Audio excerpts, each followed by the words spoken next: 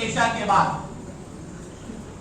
یعنی نائٹ، رات کا کھانا، یہ 2 ٹائم کے لیے کھانے پہ بہت زیادہ زور دیا گیا. صبح کا ناشتہ، رات کا کھانا. حدیث ہے صبح کا ناشتہ تو بادشاہوں کی طرح کھاؤ، لیکن مسئلہ یہ ہے کہ یہ صبح کا ناشتہ ہی جلدی جلدی پورا ہوتا ہے.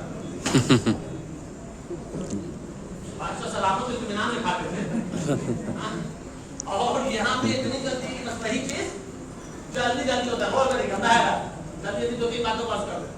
صبح کا ناشتہ اور رات کا کھانا، صبح کا اور عشاء کے بعد. روایت ہے کہ انبیاء اکرام رات کا کھانا عشاء کے بعد کھاتے تھے. کبھی کسی نبی نے رات کا کھانا نہیں چھوڑا. کیوں نہیں چھوڑا؟ عزت دنیا معصوم فرما رہے انسان کے جسم میں ایک رگ ہے، رگ جانتے ہیں نا، انسان کے جسم میں ایک رگ ہے، جس رگ کا نام ہی عشاء ہے.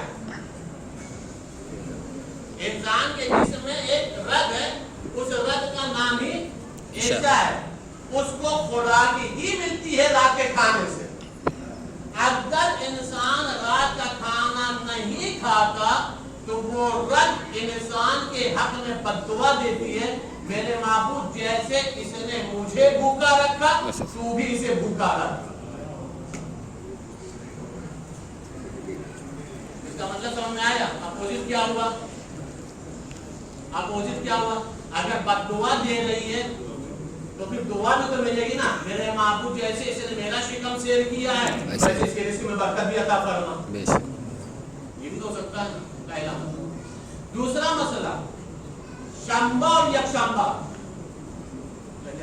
سیٹرڈے اور سنڈے.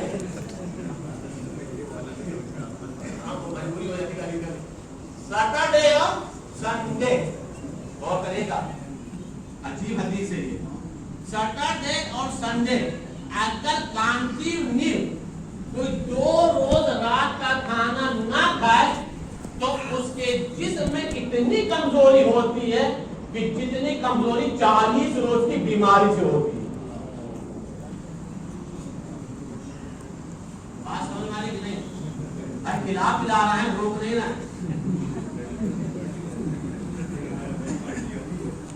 بتا رہے 40 روز کی کمزوری جتنی ہوتی ہے اتنی کمزوری کا ہوتی ہے اگر کوئی انسان سیٹرڈے اور سنڈے 2 نائٹ متواتر نہ کھائے. کنٹینیو اگر 2 نائٹ اگر اس نے بھوکا رہا تو 40 روز کی کمزوری ہوتی.